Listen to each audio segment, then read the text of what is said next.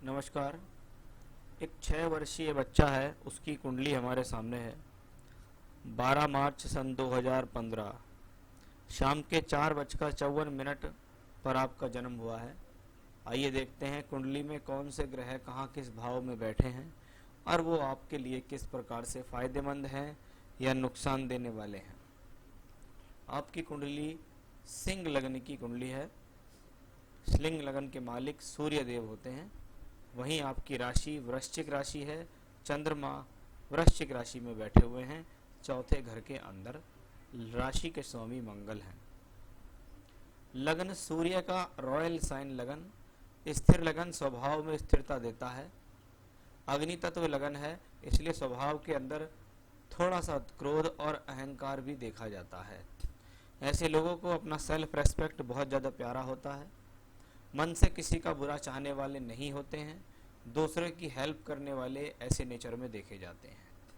लगन सूर्य का लगन, लग्नेश सूर्य लगन को वापस देख रहा है। लग्नेश लगन को देखे, शारीरिक रूप से अच्छा होता है, मान सम्मान के लिए अच्छा होता है। कार्य क्षेत्र में जहाँ भी रहेगा मान सम्मान के स्तर पे अच्छा माना जाता है। लग्नेश का लगन को देखना जीवन की सभी प्रकार की परिस्थितियों से लड़ने का सामर्थ्य देता है यह योग।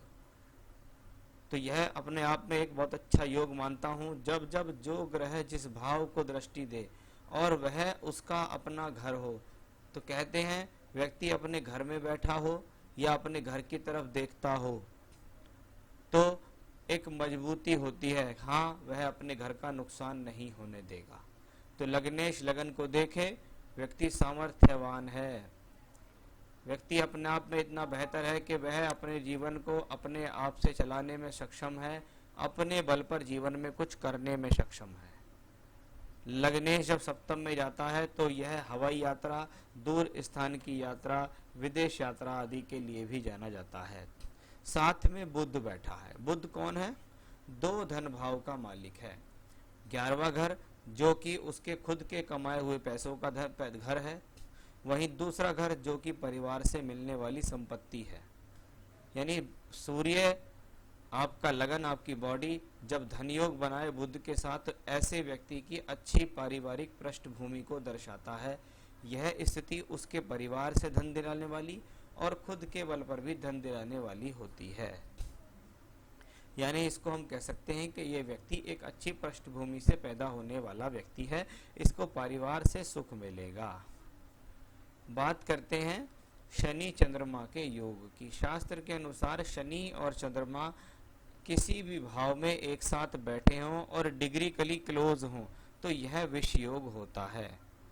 जब शनि और चंद्रमा, शनि को कहा गया है चंद्रमा के ऊपर अवसाद लगाने वाला ग्रह, क्योंकि शनि को नैसर्गिक रूप से एक अशुभ ग्रह कहा गया है।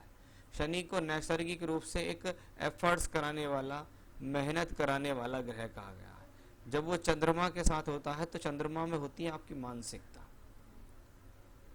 आपका मन होता है। आपका मन यदि अच्छे लोगों के साथ बैठेगा तो अच्छा महसूस करेगा, खराब लोगों के साथ बैठेगा तो खराब महसूस करेगा।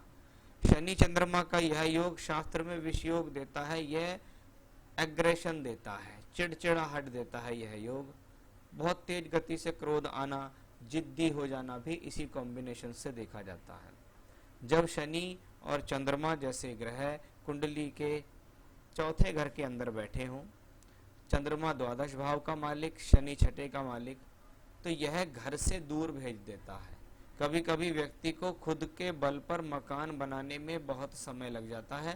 पारिवारिक पृष्ठभूमि से तो उसको मकान मिल जाता है, लेकिन अपने बल पर मकान बनाने में उसको बहुत प्रॉब्लम्स होती है।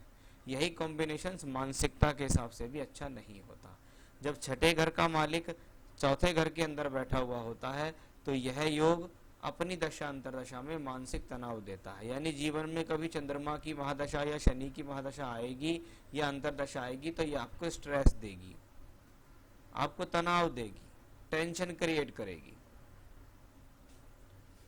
शनि सप्तम भाव का मालिक भी है। सप्तमेश जब जब शनि के प्रभाव से संबंधित हो जाता है तो इस योग में शादी के अंदर कुछ देरी के संकेत भी देखे जाते हैं, यानी शादी कुछ देरी से होती है, ऐसा हम कह सकते हैं। बात करेंगे बृहस्पति के बारे में। Jupiter is in the 12th house.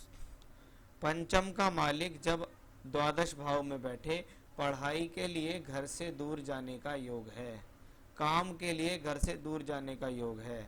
जब भी जीवन में बृहस्पति की महादशा या अंतरदशा आएगी, व्यक्ति को कहीं ना कहीं परिवार से दूर ले जाएगी, दूर स्थानों से संपर्क बनाएगी, क्योंकि आपकी दशमांश कुंडली में भी बृहस्पति 3, 6 का मालिक होकर द्वादश भाव में, यानी ये बृहस्पति आपको दूर स्थान पर भेजने, विदेश यात्रा कराने, दूर स्थान से पढ़ाई कराने में सक्षम है। ग्रह उच्च का है तो अवश्य ही व्यक्ति बाहर जाके कुछ अच्छा करेगा, लेकिन जब ये ग्रह पंचम भाव से अष्टम में और लगन से द्वादश में हो तो स्ट्रगल पैदा करता है।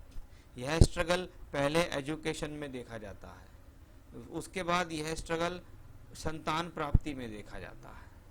तो वो एक कॉम्बिनेशंस मुझे यहाँ दिखता है कि हाँ, प्लेनेट बेटर तो करेगा, प्लेनेट अच्छा तो करेगा, लेकिन एफर्टों के साथ करेगा। तो द्वादश में बैठा हुआ बृहस्पति इस प्रकार के रिजल्ट आपको दे सकता है। बात करेंगे अष्टम भाव में बने शुक्र मंगल केतु के योग की। थोड़ा राहु के बारे में बात करते हैं। राहु दूसरे घर में है, यह बुध की राशि में है, ये वाक्पटुता देता है, यानी व्यक्ति बोलने में चतुर है, व्यक्ति के भीतर बोलने की चतुराई है। राहु धन भाव में है, इसलिए राहु धन देगा। लेकिन राहु और केतु की स्थिति नवांश कुंडली में अच्छी नहीं है, जो कि मैरिड लाइफ के लिए अच्छा संकेत नहीं माना जाता, क्योंकि नवांश कुंडली का लग्नेश बुध छठे घर में राहु केतु अक्ष पे आया है, और यही राहु केतु अक्ष यहाँ भी लगा हुआ है दूसरे और आठवें घर से। इसका मतलब है जातक को राहु केतु से संबंधित दशाएं जब भी आए, आपको अपनी वे ऑफ टॉकिंग का ध्यान रखना चाहिए, अपनी बोलचाल पर संयम रखें, अधिक ना बोलें, खराब भाषा का प्रयोग ना करें, गुस्सा ना करें, क्रोध ना करें। वैसे राहु दूसरे घर में अकेला हो तो धनदायक होता है। अब बात करेंगे शुक्र मंगल केतु के योग की। शायद पहले शुक्र को देखो। उच्च का शुक्र योग कारक मंगल के साथ अष्टम भाव में। पहली परिभाषा के दशम का मालिक योग कारक मंगल के साथ जब अष्टम भाव में हो या किसी भी भाव में हो तो यह एक बहुत सुंदर राजयोग धन योग है। ये व्यक्ति को जीवन में धन देगा, राजयोग देगा, मान सम्मान देगा, करोड़ों रुपए का धन दिलाने वाला यह योग माना जाता है, चल और अचल संपत्ति दोनों मिलाकर। लेकिन शुक्र कुंडली में दशम का मालिक होकर अष्टम में है और वो योग कारक मंगल के साथ। इसका मतलब है व्यक्ति को जीवन में धन कमाने में बहुत संघर्ष करने पड़ेंगे, क्योंकि उसका यह राजयोग आठवें घर में बनता है। आठवें घर में जब राजयोग बने तो ये पारिवारिक और पैतृक संपत्ति के लिए अच्छा होता है।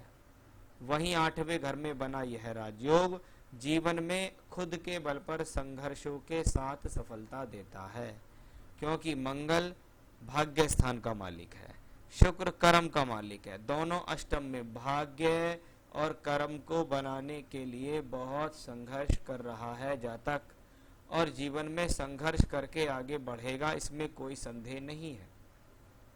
इनका शुक्र वर्गोत्तम भी है, यहाँ भी 12 नंबर में है उच्च का, तो नवांश में भी उच्च का है। इसका मतलब जीवन में शुक्र की महादशा या अंतरदशा बहुत बड़ा धनयोग और राजयोग देने वाली दशा होगी।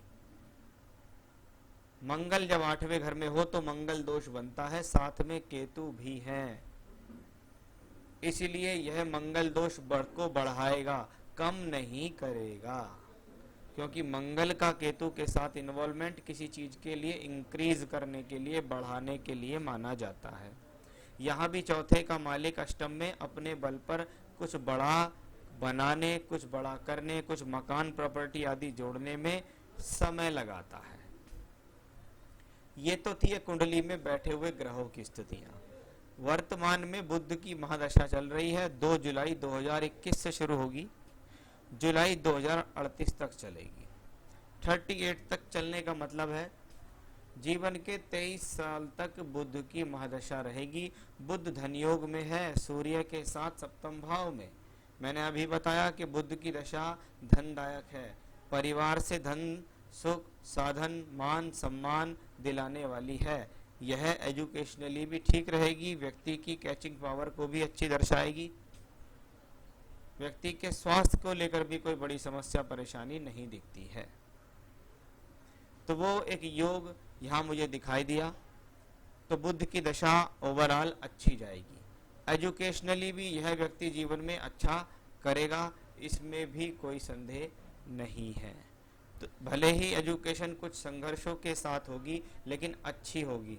घर से दूर होगी, हो सकता है पढ़ने के लिए विदेश चला जाए या पढ़ने के लिए कहीं दूर चला जाए। वैवाहिक जीवन के हिसाब से सप्तमेश यहाँ सप्तम भाव में बैठा है, शादी कराएगा, शादी को संभालेगा ये प्लेनेट। लेकिन हाँ, शादी में देरी के योग हैं, वो मैंने आपको कुंडली में बताए। किसी प्रकार के बड़े कलह या डाइवोर्स या ऐसे कोई योग कुंडली में नहीं दिखाई देते। बाकी आप अपना कुंडली मिलान करके विवाह करें, अपने जीवन साथी की कुंडली में यह देखें कि उनको आने वाले जीवन में कैसे योग हैं।